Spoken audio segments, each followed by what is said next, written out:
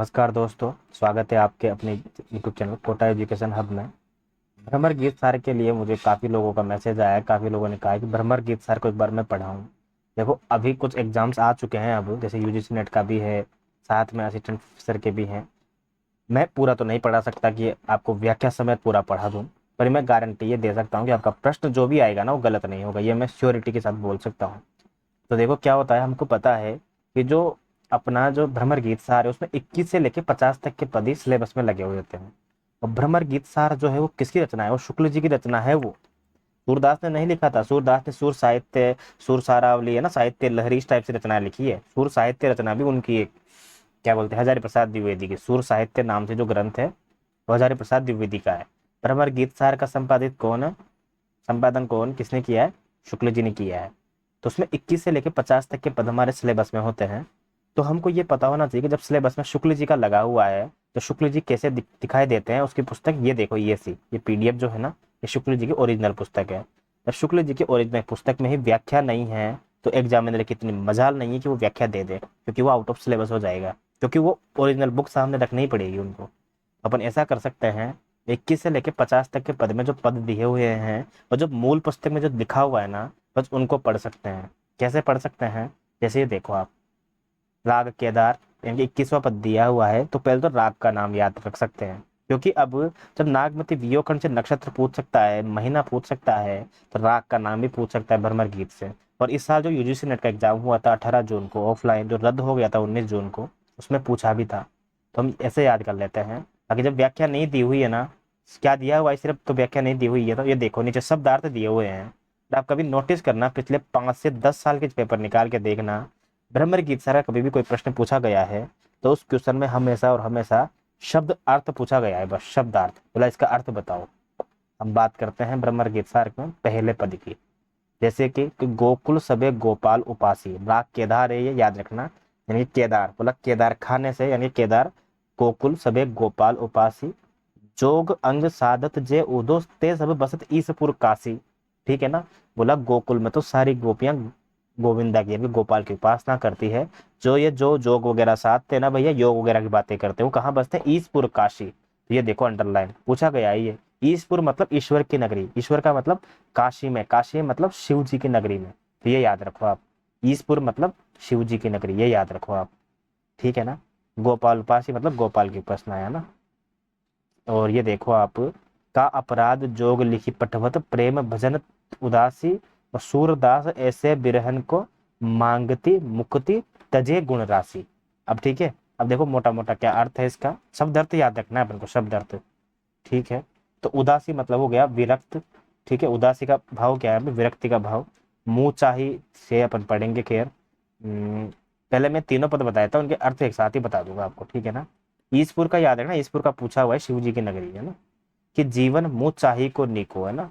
जीवन नीको मतलब बहुत अच्छा है, मुँह चाही मतलब क्या होता है? एक प्रकार से प्रिया का, बोला जो तेरी प्रिया है ना, उसका जो, उसका बहुत अच्छा है। कौन है तेरी प्रिया? नहीं, कृष्ण की प्रिया कौन है? कृष्ण की प्रिया वो है कुब्जा। तो ये कौन सा पद है? राग धनाश्री, पहला पद है राग केदार में। तो उसमें बात हो रही थी ईसपुर काशी की, क से काशी, क से केदार। दूसरा है मुँह चाहे प्रिया। अब जब प्रिया साथ में है तो धन तो होगा ऐसे, वरना फिर प्रिया को आइसक्रीम कैसे खिलाएंगे ये बताओ? प्रिया को सिनेमा भी घुमाना है। तो देखो, जीवन मुँह चाही को निको, दरस परस दिन रात करत है कहन प्यारी पीको, नयनन मूंद मूंद किन देखो बंध्यो ज्ञान पोथी को, और आछे सुंदर श्याम मनोहर और जगत सब फीको, सुनो जोग को ले जो कहो ज्ञान, ये इंपॉर्टेंट है, कीजिए ज्ञान है जी को, और खाटी मही नहीं रुचि माने सुर खवैया घी को। इसमें कुल मिला के वही वाली बात है कि नगर के जो लोग हैं उनका वर्णन किया गया है, कि वो दिन रात दर्शन करती रहती है, कुब्जा वगैरह, उसका वर्णन है इसमें। ठीक है ना? आथे सुंदर श्याम मनोहर जगत सब फीको, बोला हमको तो सिर्फ श्याम सुंदर ही अच्छा लगता है। और देखो भ्रमर गीत सार में क्या है इंपॉर्टेंट है, कि ज्ञान पर प्रेम की विजय। ठीक है ना? निर्गुण पर सगुण की विजय, ये भी इंपॉर्टेंट है। तीसरा, ज्ञान पर प्रेम की, योग पर भक्ति की विजय। ठीक है ना? योग पर भी भक्ति की विजय, ये भी इंपॉर्टेंट। देखो राग काफी, सबसे पहले केदार, फिर राग धनाश्री, काफी, मतलब काफी सारा माल लेके आया। कौन लेके आया काफी सारा माल? आयो घोष बड़ो व्यापारी। ठीक है ना? आयो घोष बड़ो व्यापारी, लाद खेप, खेप पूछा जाएगा, खेप मतलब गठरी जो होती है ना, लाद के आया कंधे पे जो लेके आता है। लाद खेप गुण ज्ञान जोग की ब्रज में यान उतारी, किसकी? गुण ज्ञान और जोग की, यानी कि ज्ञान का मार्ग दिखाने आए थे उद्धव गोपियों को। बोला तुम जाओ, कृष्ण ने कहा था ना, बोला तुम जाओ उनको समझा के आओ कि यार वो रोए नहीं, संसार में सब कुछ नश्वर है, कैसा है बिल्कुल, और ज्ञान और योग का मार्ग समझे। तो उद्धव समझाने आते हैं, वो बाद में क्या होता है, उल्टे पेरे चले जाते हैं। गोपियां उनको प्रेम का पाठ सिखाती हैं, खुद पागल हो जाते हैं। तो लाद खेप, खेप मतलब मैंने बताया दिया आपको, माल का बोझा जिसे कहते हैं गठरी, ब्रज में आन उतारी, और फाटक देकर, अब देखो ऐसे शब्द जो कि यूनिक लगते हैं आपको, उनके अर्थ पूछेगा ही पूछेगा 200%। कि फाटक देकर हाटक मांगत, अर्थात कि मैं तो आपको दे दूं 2 रुपए और आपसे मांगू क्या, 100 रुपए की चीज, आप मुझे क्या बोलोगे, गाली दोगे। सब लोग बोला पागल है कि, तो ऐसे थोड़े होता है। तो वैसे ही नगण्य वस्तु के बदले आप मुझसे सोना मांग रहे हो। फाटक मतलब क्या होता है, अनाज फटकने से निकला हुआ जो कद्दन होता है ना, फटकन, वो कैसी दिखती है, पीली पीली दिखती है, पीली पीली तो होता है ना अनाज के बाद, वो पीली पीली फटकन। तो फाटक, हाटक मतलब क्या होता है, सोना। हाटक मतलब सोना। भोरे निपट सुधारी, बोला बहुत ही ज्यादा तुम तो धूर्त निकले, एकदम समझदार निकले हो, बहुत चालाक निकले हो। और धुर ही थी खोटी खायो है, लयो फिरत सर भारी, है ना, इनके कहे कौन देखावे, है ना। बोला धोखा मतलब कौन धोखा खाएगा तुझसे यार, ऐसी कौन अजाने, यहाँ सबके सब ज्ञानी है, ऐसा कोई पागल नहीं है जो तेरे से एक प्रकार का ज्ञान, यानी कि एक प्रकार से 1 रुपए में 100 रुपए का नुकसान करा ले अपना, है ना। इनकी तरह समझदार हम सभी हैं। मोटा मोटा ये अर्थ निकलता है। फाटक का अर्थ याद देख लेना आप, फाटक मतलब अनाज फटकने से निकला हुआ कद्दन, ठीक है ना। खेप क्या मतलब मैंने बता दिया आपको, ठीक है ना, माल का बोझ। और ये देखो, अपनो दूध छाड़ के पीवे खार कूप को पानी, आपके सामने दूध रखा हुआ है मीठा वाला, और एक तरफ लिखा हुआ है खारा पानी, आप क्या पियोगे, दूध पियोगे ना। तो यहाँ पे कृष्ण की तुलना की गई है, प्रेम की तुलना की गई है दूध से, है ना। ऊधो जाओ सबार यहाँ ते, सबार मतलब अपना भार लेके जाओ, यहाँ ते बेगी गहरू जनी लाओ, और मुंह मांगियो पे सूरज प्रभु सावोई आन दिखाओ। बोला तुम जिसके व्यापारी बनकर आए हो ना, तुम्हारा साहूकार कौन है, तुम्हारा मालिक कौन है, उसको लिया, वो बेचेगा तो हम ले लेंगे, मुंह दिखा दो उसका और मुंह मांगी कीमत ले जाओ तुम, है ना। ये वाला यहाँ पे बताया है। इसका अर्थ 23वें का 24वां है कि जोग ठकोरी ब्रज ना बिके, है ना, ये व्यापार तिहारो ऊदो ऐसो ही फिर जिए, चापे ले आए हो मधुकर ताके उर, मधुकर किसके लिए आए, उद्धव के लिए। उद्धव मतलब भ्रमर के लिए, भ्रमर मतलब मधुकर के लिए। दाक छाड़ के कटुक निगोरी को अपने मुख खेवे, दाक छाड़ के, फिर से वही वाली बात है, तुलना की गई है एक प्रकार की बात है। ज्ञान मार्ग को फीका बताया गया है, प्रेम मार्ग को सर्वोच्च, निर्गुण और योग को फीका बताया गया है, और भक्ति और प्रेम को सर्वोच्च, ठीक है ना। और निर्गुण के बाद सगुण ईश्वर की पराकाष्ठा को यहाँ पे बताया गया है। निर्गुण पर सगुण की विजय, योग पर प्रेम की विजय, भक्ति की विजय, ठीक है ना, और ज्ञान पर भी प्रेम की विजय। तो दाग छाड़ के कटुक निबोरी, बोला आपके पास दाग रखे हुए हैं, काजू काजू रखा हुआ है, बादाम रखा हुआ है, और एक तरफ आपके पास निबोरी है, निबोरी, कटुक निबोरी, आप किसको खाओगे, दाग को खाओगे ना, बादाम को खाओगे। तो यही कहना चाहती है। तो कटुक निबोरी कौन सी, वो जो ज्ञान है ना, वो जो ज्ञान साधना है, तो योग का मार्ग है, वो कटुक निबोरी है इनके लिए, है ना। मूरी के पातन के केना को मुक्ताहल दे है, और सूरदास प्रभु गुनई छाड़ के को निर्गुण निर्भय है, यानी कि एक प्रकार से है जो ये एकदम सगुण वो ईश्वर जो है कृष्ण है, हम उसको तो नहीं प्यार करेंगे, उसको तो नहीं भजेंगे। निर्गुण निराकार जो दिखता भी नहीं है, उसको कैसे भज सकते हैं भैया, ये बताओ बताओ। और मुक्ताहल दे मूरी के पातन में, बोला यार जब आपको, मुझे बताओ आप, कि अगर मैं आपको दूं क्या बोलते हैं, किसी राजा के घर पे आप जा रहे हो तो कैसे कपड़े पहन के जाओगे, एकदम तैयार होके जाओगे ना, जबरदस्त। लेकिन अपने दोस्त के घर पे जाओगे आप नॉर्मल कपड़े पहन के जाओगे, एकदम हो सकता है टी शर्ट पजामे भी चले जाओ। उसी प्रकार से है, जब मैं आपको सोने का हार दूंगा, सोने के बड़े बड़े वो दूंगा, क्या बोलते हैं, सोने की हार वगैरह, या फिर मुक्तादल जिसे कहते हैं ना, सोने की बूंद वगैरह, तो आप किस में लोगे, छोटे से कोई कटोरे में लोगे, नहीं लोगे ना, अच्छे खासे मूली के पत्तों में थोड़े लोगे। तो वही वाली बात यहाँ पे गोपियां कह रही है। कहना मतलब क्या होता है, यहाँ पे कहने का अर्थ दे रखा है, ये देखो आप, कहना मतलब सौदा, ठीक है। अच्छा, छोटा सा मूली आदि का बदला, है ना, प्रकार से। और ठीक है, बाकी तो गेहरू, निबोरी मतलब नीम का फल, मैंने बताया दिया आपका। ठगोरी मतलब ठग पने का सौदा। चौथा जो पद है राग नट, नट मतलब नटना, मना करना, हालांकि मैं टिक से बता रहा हूँ आपको, ठीक है। सबसे पहले केदार था, ठीक है ना, उसका धनाश्री था, धनश्री, ठीक है ना। उसका राग काफी था, काफी मतलब काफी सारा माल लाया है व्यापारी, ये सब मैंने याद करवाया था आपको, है ना।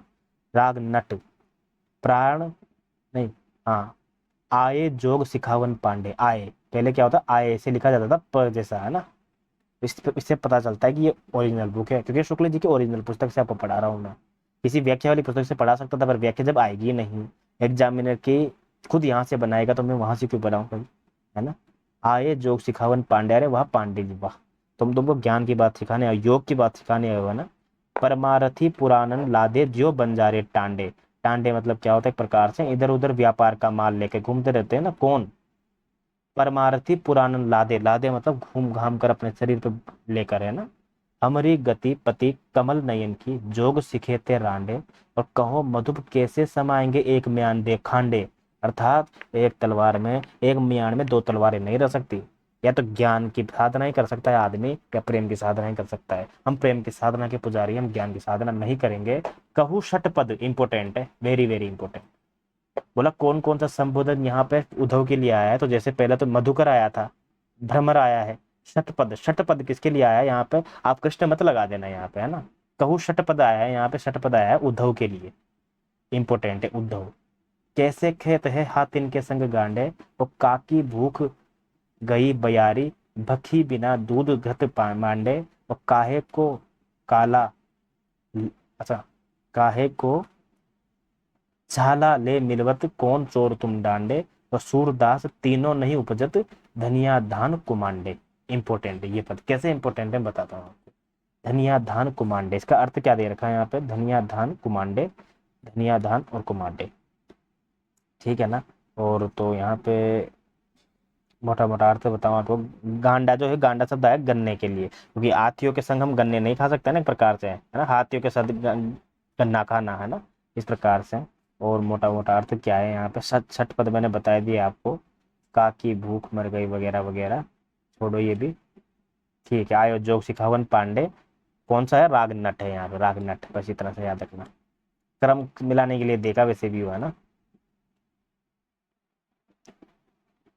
हाँ, और देखो धूर चूरदास तीनों नहीं उपजा, धनिया धान कुमांडे। अर्थात एक खेत में तीन तीन खेती कैसे कर सकते हो आप, है ना। एक प्रकार धनिया भी उसी में उगा लोगे, चावल भी उसी में उगा लोगे, ये चीजें नहीं हो सकती वहां पे, है ना। ये भी एक मोटा मोटा अर्थ निकलता है इसका। और अर्थ बताओ इसका कुछ, तो अगला पद देखो आप, राग बिलावल, है ना। कि ए अली कहाँ जोग में नीको, नीको मतलब वही अच्छा है, मतलब जो कुछ भी अच्छा नहीं है। तजी रस रति नंद नंदन की, सिखवत निर्गुण फीको। देखत सुनन नहीं कुछ श्रवण, ज्योति ज्योति कर ध्यावत, है ना। मतलब देखने में कुछ दिखाई नहीं देता है, सुनने में कुछ सुनाई नहीं देता है, क्या है इसमें मजा, क्या है निर्गुण ब्रह्मा में, है ना। सुंदर श्याम दयालु कृपा निधि, कैसे हो बिसरावत। बोला जो हमारा श्याम है वो तो कितना सुंदर है, देखो आप, दया निधि है वो, तो उसको कैसे बिसा दे हैं। यदि नाथ का नाम दया निधि है, तो दया भी करेंगे कभी ना कभी। तो वैसे ही सुंदर श्याम दयालु कृपा निधि, कैसे हो बिसरावत। और सुनि रसाल मुरली सुर की धुनी, सोई कौतुक रस भूले। और अपने भुजा ग्रीव पर मेले, गोपिन के सुख फूले। और लोक कानी कुल को भ्रम प्रभु, मिल मिल के घर वन खेली। अब तुम सूर खवावन आए, जोग जहर की पेली। अर्थात अब तुम जहर, एक प्रकार से ये योग का जो जहर लेके आए हो हमको, और प्रेम से दूर करना चाहते हो तुम, तो ये बहुत ही ज्यादा एक प्रकार से क्रूर काम कर रहे हो, हमको मारने का काम कर रहे हो। अर्थात हम योग का मार्ग नहीं पकड़ सकते हैं, इस योग के मार्ग को तुम कहीं और जाके सिखाओ उद्धव, है ना। उद्धव के लिए विभिन्न प्रकार के संबोधन मैं आपको बता चुका हूँ, है ना। छठे पद मधुकर, ये सब चीजें नीचे हम शब्दावली की बात करेंगे, अभी रुको, क्योंकि मूल पुस्तक में जब शब्दावली है तो क्यों। जैसे मेले मतलब ढालते हैं, है ना। मेले मतलब मेलना ढालना। खेली मतलब खेल डाला, है ना।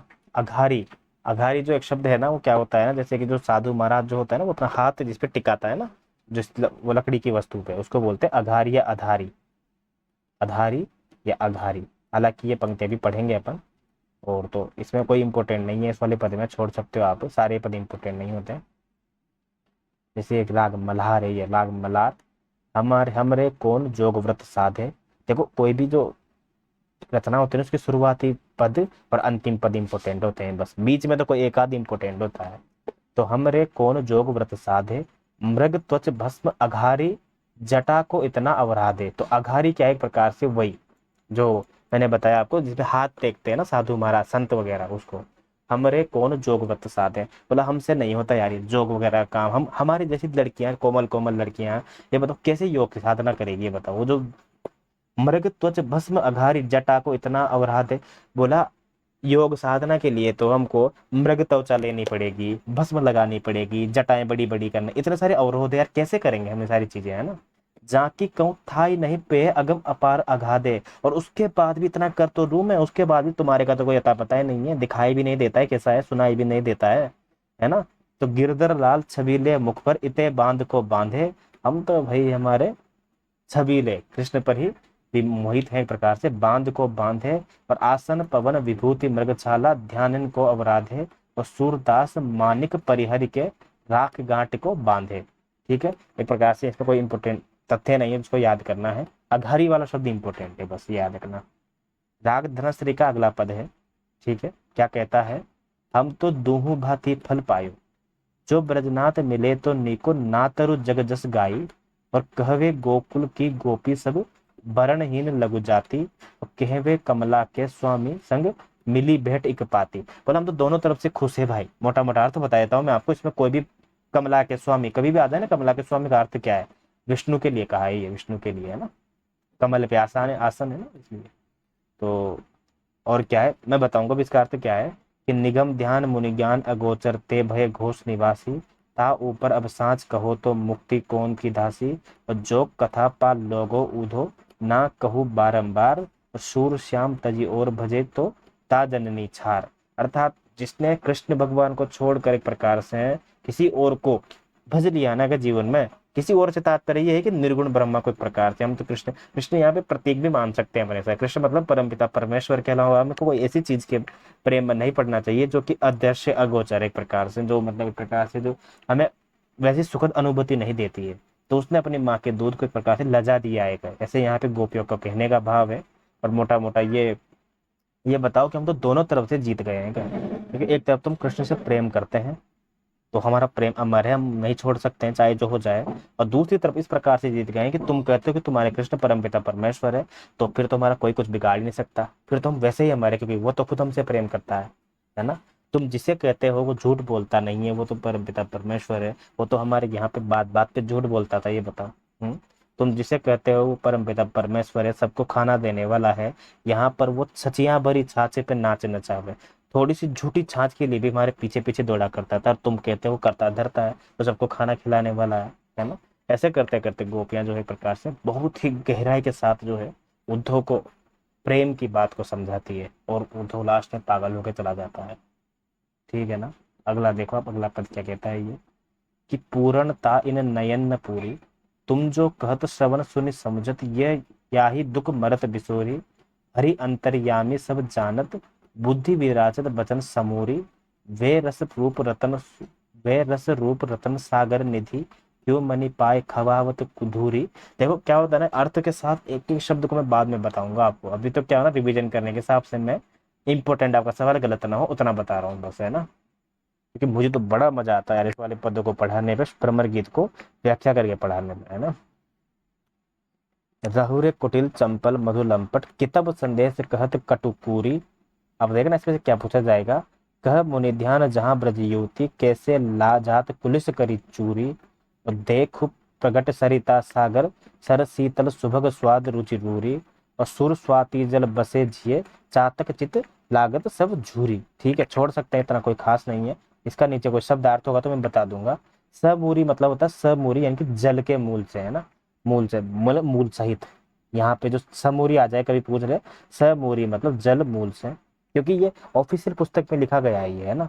ये किताब आया, किताब, किताब का अर्थ होता है धूर्त अच्छली, किताब मतलब धूर्त अच्छली। आ जाए बाई चांस, इंपॉर्टेंट नहीं है, मैं नहीं कह रहा इंपॉर्टेंट है, पर आ जाए तो। छार तो मैंने बता दिया आपको, राख करना, मिट्टी के लाना, छार मतलब राख, वही वही वाली बात। ठीक है ना। और अगला पद है जैसे कि अगर ये, हमसे हरि कबहू न उदास, कि भाई हमसे ईश्वर कभी उदास नहीं हो सकता। राति खवाए पीवाए अधर रस सो, क्यों बिसरत ब्रज को वास, और तुम सो प्रेम कथा को कहिबो, मन हो काटिबे घास। वाह।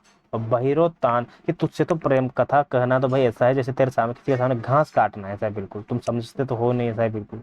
और ब्रज का जो स्वामी कृष्ण है वो हमको बिसराएगा नहीं, ऐसा है बिल्कुल। हमने इसे होठों को लगा, उसको बहुत सारी चीजें खिलाई पिलाई उसके होठों से लगाकर, है ना। बहिरो तान साध का जाने, अब तान में इसको गाना सुनाऊं राग मल्हार वगैरह तो बहरा वो क्या जानेगा। और गूंगो बात मिटास, मतलब जो उद्धव किससे संबोधित करते हो कह रही है यहाँ पे, गोपियां कह रही है उद्धव से, मतलब गूंगा भी जो है नहीं बता सकता कि मिठाई कितनी मीठी थी।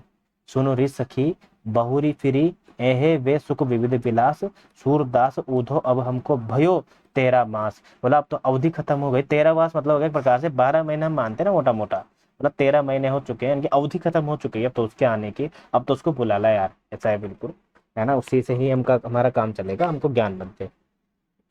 देखो अगले वाला पद है कि तेरो बुरो कोई नहीं माने, बोला यार तू टेंशन मत, तेरा बुरा कोई नहीं मानेगा। बुरा तो अपनों की बातों का लगता है, तो पराया है, ऐसा देखो पराया की बातों का क्या बुरा लगाना। कि तेरो बुरो कोई नहीं माने, रस की बात मधुप नीरस सुनो, रसिक हो तो सो जाने, मतलब रस की बात तो तेरे जैसा मधुप नीरस आदमी क्या जानेगा, कोई रसिक आदमी हो तो वो समझेगा, ऐसा है बिल्कुल। दादुर बसे निकट कमलन के जन्म रस पहचाने, कि जिंदगी भर जो मेंढक है ना वो कमल के पास रहता है फिर भी कमल के रस को नहीं पहचान पाता है ना भाई। उसी प्रकार से तू भी कृष्ण के साथ रहते हुए भी कृष्ण की महिमा को नहीं समझ सका यार, तो तुझसे क्या ही बुरा माना, तू है ही से पैदल दिमाग से, है ना। अली अनुराग उड़न मन बांध्यो, कहे सुनत नहीं काने, सरिता चले मिलन सागर को कूल मूल ध्रुव भाने, और कायर बके लोहते भाजे, लरे जो सूर बखाने। एक कायर आदमी जो है ना इन सब चीजों से भागता है, खून के डर से भाग जाता है, मर जाएगा, लेकिन जो सूरवीर होता है ना वो तो एक प्रकार से युद्ध करता है, ये वो युद्ध में से नहीं भागता है ना। लोहो का अर्थ दिया हुआ है यहाँ पे, लोहो का अर्थ क्या दिया हुआ है, लोह मतलब लोहा, है ना। ठीक है ना, ये याद रखना, लोह मतलब लोहा। ठीक है, ठीक है ना। अब क्या होता है ना कि कायर जो होता है ना प्रकार से युद्ध को देखकर भाग जाता है, या लोहे को देखकर या हथियार को देखकर, मतलब वो प्रकार से लड़ता नहीं है, लेकिन सूरवीर जो है वो युद्धों से लोहे से हथियार से डरता नहीं है, सामने वाले के पास सामने कितना ही हो, है ना। और ये देखो आप अगले वाले का अर्थ मोटा मोटा, इसमें कोई इतना खास नहीं था जो मैंने बताया, इंपोर्टेंट होता मैं जरूर बताता, है ना। घर ही के बाढ़े राव रे, है ना। नाहिन मीत वियोग बस परे, अन उगे अली बावरे, भूख मरी जाए चरे नहीं तिनको, सिंह को ये स्वभाव रे। बोला भूखा मर जाएगा, भूखा कौन, शेर, लेकिन वो तिनका नहीं खाता। उसी प्रकार हम भी प्रेम में मर जाएंगे, परंतु योग की साधना ज्ञान की साधना को हम नहीं स्वीकार करेंगे। श्रवण सुधा मुरली के पोषे जोग जहर न ख्वाब रे, कूदो हमें सीख क्या देवो, हरि बिन अनंत न ठाव रे, सूरज दास कहाँ जे कीजे थाई नदियां नाव रे। बहुत बढ़िया। मोटा मोटा अर्थ इसका भी वही निकल रहा है कि भाई हम तेरी बातों पर विश्वास नहीं करेंगे, हमको सिर्फ कृष्ण ही प्यारा है। अगला पद है श्याम मुख देखे ही प्रतीति, बोला यार कुछ भी मत दिखा हमको, तो ये नेटफ्लिक्स वगैरह अमेजन अमेजन वगैरह ये सब चीजें, हमको तो सिर्फ श्याम का मुख देखना है। जो तुम कोटि जनन करे सिखवत जोग ध्यान की रीति, नाहिन कछु सयान ज्ञान में ये हम कैसे माने, कहो कहाँ कहिए या नभ को कैसे उर में आने, यह मन एक एक वह मूरत भृंग कीट सम माने। इंपोर्टेंट है भृंग कीट। भृंग कीट कैसे होता है, बिल्ली नाम का कीड़ा होता है ये, है ना। भृंग कीट या मृंग कीट इंपोर्टेंट है।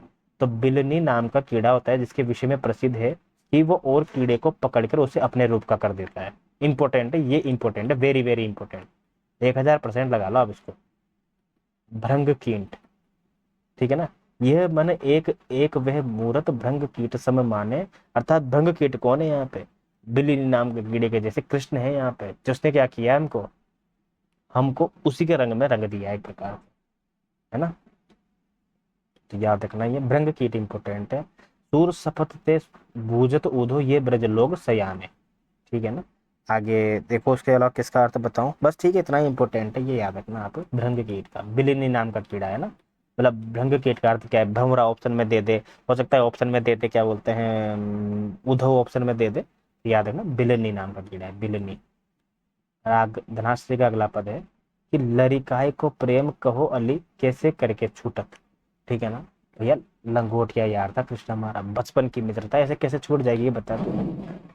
कहाँ कहो नाथ चरित अब, अंतर्गति यो लूटत, चंचल चाल मनोहर चितवन, वह मुस्कान मंद धुनि गावत, नटवर भेष नंद नंदन को, वह विनोद ग्रह मन में आवत, मतलब बार बार उसकी जो शक्ल है वो मन में आती रहती है, वो जो न वन में चराता रहता था गाय वगैरह, उसकी शक्ल जो है हमको याद आती रहती है ना। मतलब यहाँ पे कृष्ण का वर्णन है कि चरण कमल के शपथ करत है, संदेश मोहि विष सम लागत, कि तुम तो मुझे बताए बहुत अच्छी बात कह रहे हो, लेकिन मुझे विष के समान जहर लग रहा है तुम्हारी बात, तुम निकल जाओ यहाँ से वरना मैं डंडे से मारूंगी। सूरदास मोहि निमिष न बिसरत, मोहन सूरति सोवत जागत। निमिष मतलब क्या होता है, पल पल एक प्रकार से। निमिष का मतलब हो गया निर्निमेष या फिर अपलक, एक तो होता है निर्निमेष, निर्निमेष होता है एक प्रकार से अपलक, और निमिष न बिसरत मतलब हर पल मान सकते हैं ना। मुझे मोहन सोते जागते जो है पूरी रात्रि, निमिष मतलब एक प्रकार से मध्य रात्रि का समय भी बोलते हैं इसको, मध्य रात्रि का समय, ठीक है ना। हालांकि निमिष पे जब अंडरलाइन लगी नहीं रही तो उसका अर्थ नहीं पूछेगा। अटपटी बात तिहारी उदो, सुने सो ऐसी को है, हम अहिरी अबला सट मधुकर तिन जो को कैसे सो है। और बूची, ये इंपॉर्टेंट है, बूची खूबी आंधरी, काजर नकटी पहेरे बेसरी, वेरी इंपॉर्टेंट, ये इंपॉर्टेंट है बहुत ज्यादा। कैसे है, बूची, बूची मतलब होता है जिसके मतलब बताऊंगा भी, कि बूची खूबी भी एक आभूषण होता है, ठीक है ना। और एक बेसरी, बेसरी होता है नाक का आभूषण, ठीक है ना। तो मुंडली पाटी पारन चाहे कोढ़ी अंगई केसरी, बहिरी सो पति मतो करो, सो उत्तर कौन के पावे, ऐसो न्याव है ताको ऊधो जो हमें जोग सिखावे, जो तुम हमको लाए कृपा, करी सिर चढ़ाए हम लीना, सूरदास नरियर जो विषय को कर ही वंदना कीना। मैं अर्थ बताता हूँ आपको मोटा मोटा। खूबी क्या होता है, कान में पहनने का एक आभूषण होता है। और बूची का मतलब क्या होता है, बूची मतलब होता है अरे यार बूचिया काना कीजिए, तो मतलब बूची काना की अर्थात कनकटी, कनकटी मतलब कनफटी से कान कटे हुए, बूची, बूची मतलब कान कटी। तो जिसके कान कटे हुए हैं वो खूबी, यानी कान में पहनने का आभूषण कैसे पहनेगी वो। और बेसरी क्या होता है, नाक में पहनने का आभूषण। याद रखना, पूछा जाएगा, 200% इंपोर्टेंट है ये, ठीक है ना। तो को बूची खूबी आंधरी काजर, मतलब आंधी कैसे काजल लगा सकती है। और नकटी, नाकटी जिसका नाक कटा हुआ है वो नाक का आभूषण कैसे पहनेगी। और जिसके कान कटे हुए हैं वो कैसे कान का आभूषण पहनेगी, है ना। वही वाली बात यहाँ पे बताई गई है। अगला वाला पद क्या कहता है, राग बिहागरो, बरु वे कुब्जा भलो किए, वो कुब्जा ने बहुत अच्छा किया है। कुब्जा वही जहाँ जिसके लिए क्या कहा गया है, मुँह चाहिनी को जीवन, मुँह चाहिनी को, वो जो आया था ना कि जीवन तो उसका अच्छा है, उस प्रिया का, तुम्हारी प्रिया का, प्रिया कौन थी वहाँ, कुब्जा। सुनि धुनि समाचार ऊधो म, कछुक सिरात हियो, जाको गुण गति नाम रूप हरि, हार्यो फिर न दियो। ठीक है, इसमें कोई खास इंपोर्टेंट नहीं है याद रखने के लिए, है ना। तिन अपनो मन हरत न जान्यो, हंसी हंसी लोग जियो, सूर तनक चंदन चढ़ाए तन ब्रजपति बस कियो, और सकल नागरी नारिन को दासी दाव लियो। छोड़ सकते हो, इंपोर्टेंट नहीं है। 37वां पद देखो आप, हरि काहे के अंतर्यामी, जो हरि मिलत नहीं यही अवसर, अवधि बतावत लामी, यानी कि अवधि भी खत्म हो गई है। अपनी चौप जाए उठी बैठे और निरस बेकामी, सो कह पीर पराई जाने जो हरि गरुड़ा गामी, और आई उगरी प्रीति कलई से जैसे खाट आमी, सूर इत्ते पर अनख मारती है ऊधो पीवत मामी। ठीक है, ये मामी का अर्थ पूछ सकता है यहाँ पे, बस ये इंपॉर्टेंट है।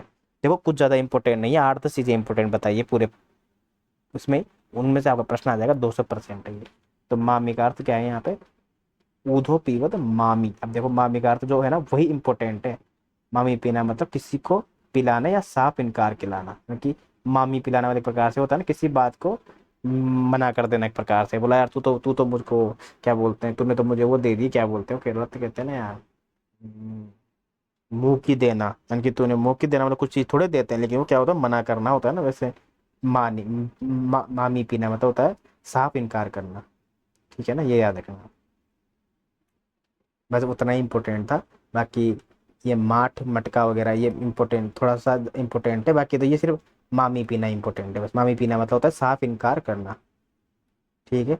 तो यहाँ पे क्या लिखा हुआ है बता दो आपको, सूर इते पर अनख मरत है, ऊधो पीवत मामी। ऊधो साफ क्या कर रहा है, इनकार कर रहा है।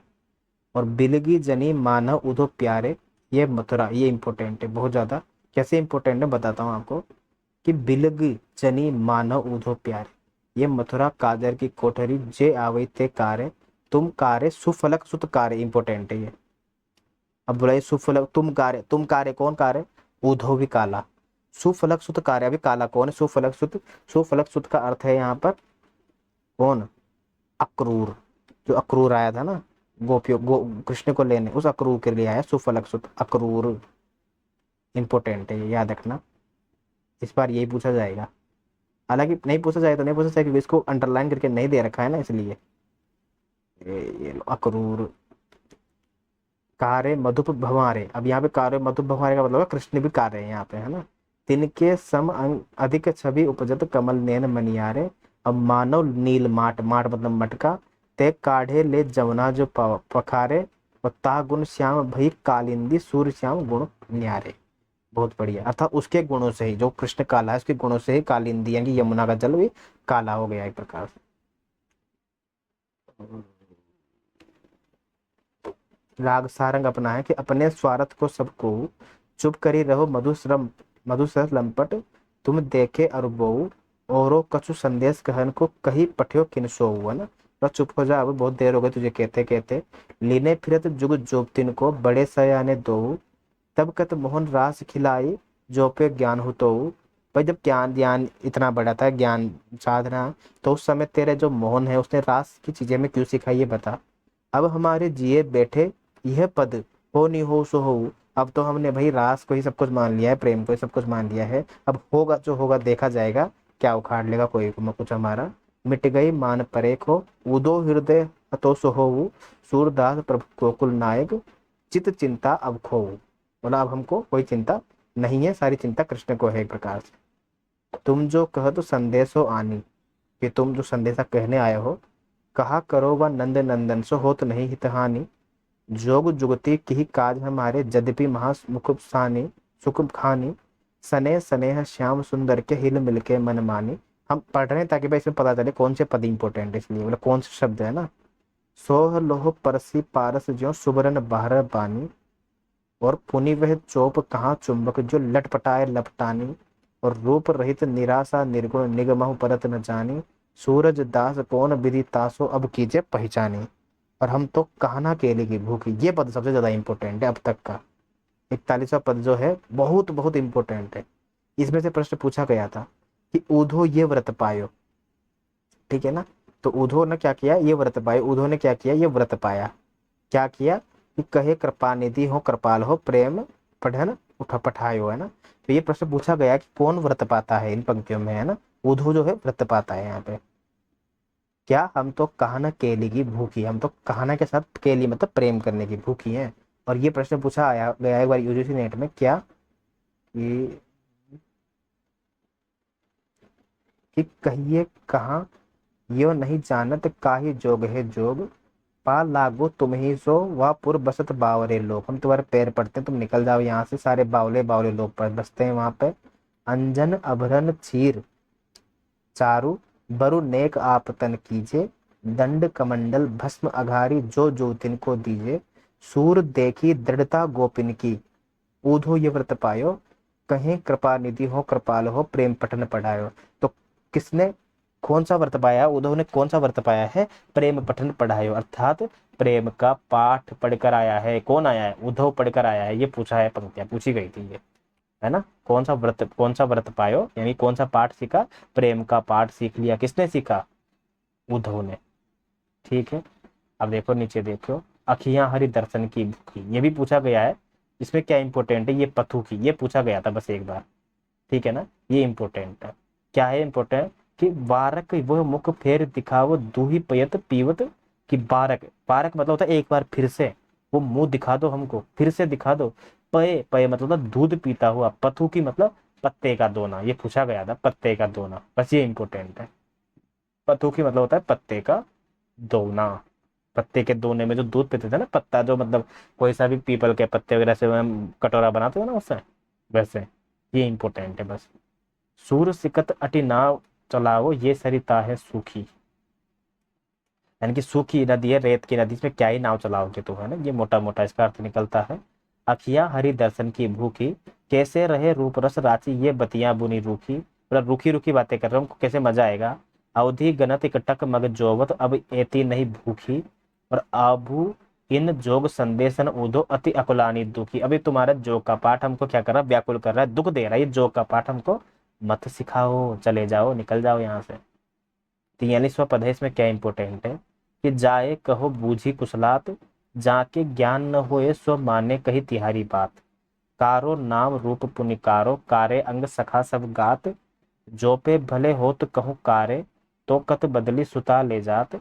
हमको जोग भोग कुब्जा को काके ही ये समात। मतलब तुम्हारा कितना बेईमान आदमी है ना। हमको तो जोग का पाठ, योग का पाठ सिखाने के लिए भेज रहा है, और कुब्जा के पास खुद खा पी रहा है और कुब्जा को भोग दे रहा है, खुद कुब्जा को खिला पिला रहा है।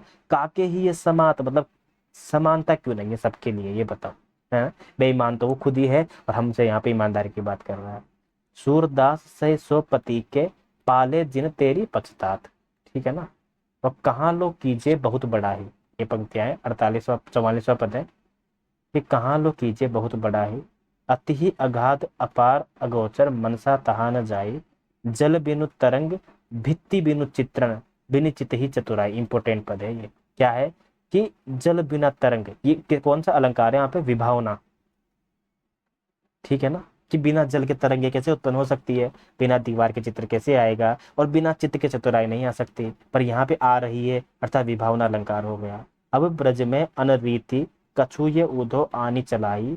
रूप न रेख वदन बपू जाके, संग न सखा सहाई। ता निर्गुण सो प्रीति निरंतर, क्यों निभे री माई। मन चुभी रही माधुरी मूरत, रोम रोम अरु जाई। हो बलि गई सूर प्रभु ताके, श्याम सदा सुखदाई। ठीक है। अब मोटा मोटा अर्थ क्या दिया हुआ है यहाँ पे, झूठी मतलब संतप्त हुई, छोड़ो इंपोर्टेंट नहीं है। बारक मतलब एक बार, पथु की मैंने बता दिया है, पत्ते का धोना। ऐसा कैसा है पूछेगा, शब्द चेंज नहीं करेगा उसको, डिलीट थोड़े करवाना उसको क्वेश्चन यार। ठीक है ना। आगे है राग मल्हार। कौन सा है राग मल्हार का, कि काहे को गोपीनाथ कहा होता, बोला गोपियों के ईश्वर काहे कहलाते हो ये बताओ। हमारे नाम से तो तुझे जाना जाता है ना, बोला गोपियों का ना, हमारी इज्जत क्यों खराब कर रहा है ये बता। मोटा मोटा ये अर्थ है कि जो पे मधुकर कहत हमारे, गोकुल काहे ना आवत। अब यहाँ पे है ना, जो मधुकर आया है किसके लिए आया है ये, ऑप्शन आ जाएगा अक्रूर, ऑप्शन आ जाएगा भ्रमर, ऑप्शन आ जाएगा यहाँ पे उद्धव, ऑप्शन आ जाएगा कृष्ण के लिए। तो ये कृष्ण के लिए आया है यहाँ पे, कृष्ण है यहाँ पे। ऊपर जो मधुकर आया था वो आया था भ्रमर, उद्धव के लिए, है ना। षट पद आया था वो भी आया था उद्धव के लिए। सुफलक सुत आया है अक्रूर के लिए। ये यहाँ पे जो मधुकर आया, ये है कृष्ण के लिए। ठीक है ना, इंपॉर्टेंट है बस इतना। बाकी तो और मैं बताऊं आपको, जो पे श्याम कुबरी रीझे नाम धरावत, जो गजराज, मतलब तू कुबड़ी पे अगर रीझता है या कुबड़ी तुझ पे रीझ रही, तो कुबरी नाथ कहलाना तू, गोपीनाथ क्यों कहला रहा है, तो कुबड़ी का नाथ कहला। जो गजराज काज के अवसर, ओरे दसन दिखावत। बहुत बढ़िया इंपॉर्टेंट है ना। कहत सुनन को हम है उदो सुर अंत फिरमावत। मतलब जब तू गजराज का काम बनाने आया था एक प्रकार से, है ना, मतलब गजराज के काज के अवसर, यहाँ पे ये बात की गई है कि जैसे हाथी के दांत खाने की कुछ और, दिखाने कुछ और होते हैं ना, वैसे तेरी भी बात कहने की कुछ और है, सुनने की कुछ और है, करने की कुछ और है। ये मोटा मोटा अर्थ निकल रहा है। और ये 46वां पद है, अब कत सूरत होत है राजन, दिन दस प्रीति करी स्वार्थ हित रहत आपने काजन। देखो 21 से 50 तक पद है, पर बहुत आसान प्रश्न बनेगा, पूरे में से पूरे नंबर ला सकते हो। 2 प्रश्न बने चाहे 3 बने, है ना, आसान बनेगा भैया, याद रखना। अब कत सूरत होते है राजन, दिन दस प्रीति करी स्वार्थ हित रहत आपने काजन। सबे अयानी भई सुनी मुरली, ठगी कपट की छाजन। अब मन भयो सिंधु के खग ज्यो, फिर सरत सहा जहाजन। और चहत ना तो, अब मन भरे हो, मतलब क्या हो गया, सिंधु के खग यानी कि समुद्र में उड़ने वाले पक्षी के समान हो गया है, क्योंकि समुद्र का पक्षी कहाँ आएगा, बार बार ही उड़ उड़ कर जहाज पे ही आएगा, वो कहीं नहीं जा सकता, कितना ही उड़ ले हुआ, है ना। कि यह ना तो टूटो ता दिन से, सुफलक सुक्त संग भाजन। अर्थात जिस दिन से वो कृष्ण सुफलक सुत के साथ भाग गया ना, सुफलक सुत कौन है, अक्रूर के साथ, उस दिन से हमारा नाता टूट गया है कृष्ण से। गोपीनाथ कहा है सूर प्रभु, कत मारत हो लाजन। बोला हमको लाज, मतलब एक प्रकार से लज्जा से मरवाने वाली बात यहाँ पे कही है, लाज मराना इनकी। ठीक है ना। अब देखो यहाँ पे है, ये कौन सा पद है, अभी 47वां है ना, टोटल 50 पद है इसके। अब इसमें क्या इंपॉर्टेंट है कि सूर संदेश सुनी नहीं लागे, कहो कौन को पाप, है ना। और बांधे फिरत शीश पर उदो, देखत आवे ताप। नूतन रीति नंद नंदन की, घर घर दीजत थाप। इंपॉर्टेंट नहीं है ना, लिखी आई ब्रजनाथ की छाप। ठीक है ना। छाप का मतलब होता है चिन्ह और मोहर, बस इतना काफी है, बस छोड़ सकते हो उसको आप। अगला है 49 48वां, कि फिर आ कहाँ सिखावत बात, है ना, फिर कहाँ सिखावत बात। प्रातः काल उठी देखो उधर, घर घर माखन खात। जाकी बात कहत हो हमसे, सो है हमसे दूरी। हाँ ये निकट जसोदा नंदन, प्राण संजीवन मूरी। बालक संग लय दधि चोरत, खात खवावत डोलत। सूर शीस सुनि चौकत, नावई अब काहे न मुख बोलत। ये भी इम्पोर्टेंट नहीं है। और ये 49वां है, अपने सगुन गोपाल माई, यह विधि काहे देत। बूढ़ों की ये निर्गुण बातें मीठी कैसे लेत। धर्म अधर्म कामना सुनावत, सुख और मुक्ति समेत।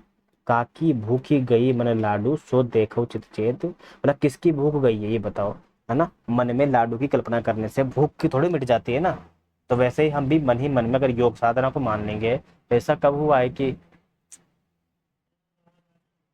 सूर्य श्याम, कैसा कब हुआ है कि मन में भूख मिट गई है ना, कि सूर्य श्याम तजी को भुस फट के मधुप तिहार हेत, है ना। और इसके अलावा ये 50वां अंतिम है। तो भूस फटके याद रखना, भूस फटके का अर्थ क्या है, भूसी फटकारे अर्थात भूसी में से कुछ सार निकालने का प्रयत्न करना, बस ये इंपॉर्टेंट है। और 50वां पद क्या है, अंतिम, ये इंपॉर्टेंट है, हमको हरि की कथा सुनाओ, थोड़ा सा इंपॉर्टेंट है।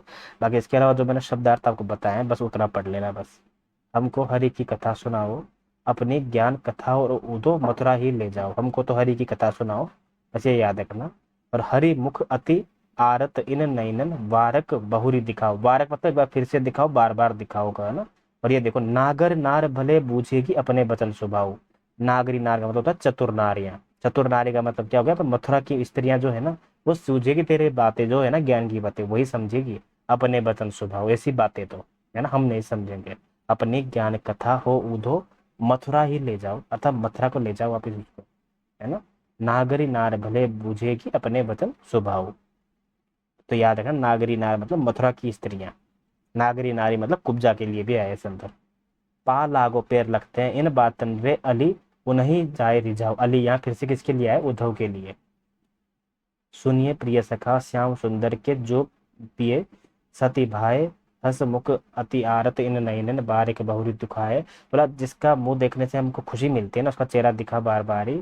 तो जो कोटि जतन करे मधुकर, विरहिनी और सुहाऊ। सूरज दास मीन को जल बिन नाहिन और उपाऊ। बोला मछली का तो जल के बिना कोई उपाय नहीं है, इसलिए तुम्हारे सामने अमृत की ज्ञान की बातें मत कर, हमारे सामने प्रेम की बात कर, कृष्ण की बात कर। कृष्ण की बात करेगा तो हम सब कुछ मान लेंगे, उसके बिना हम कुछ भी स्वीकार नहीं करेंगे। ये भ्रमर गीत सार के 21 से लेके 50 तक के पद पढ़े। इंपॉर्टेंट शब्दावली मैंने आपके सामने रखी, इसके बाहर एक भी प्रश्न नहीं जाएगा। फिर भी कोई डाउट हो तो कमेंट कर देना। निस्संदेह भ्रमर गीत सार को हम व्याख्या सहित प्रत्येक पद प्रत्येक पंक्ति को पढ़ेंगे, पर फिलहाल नहीं पढ़ सकते, क्योंकि अभी एग्जाम के लिए हमको ज्ञानी नहीं बनना है, हमको एग्जाम में सिर्फ एग्जाम क्लियर करना है। ठीक है ना। धन्यवाद, फिर मिलते हैं अगली क्लास में।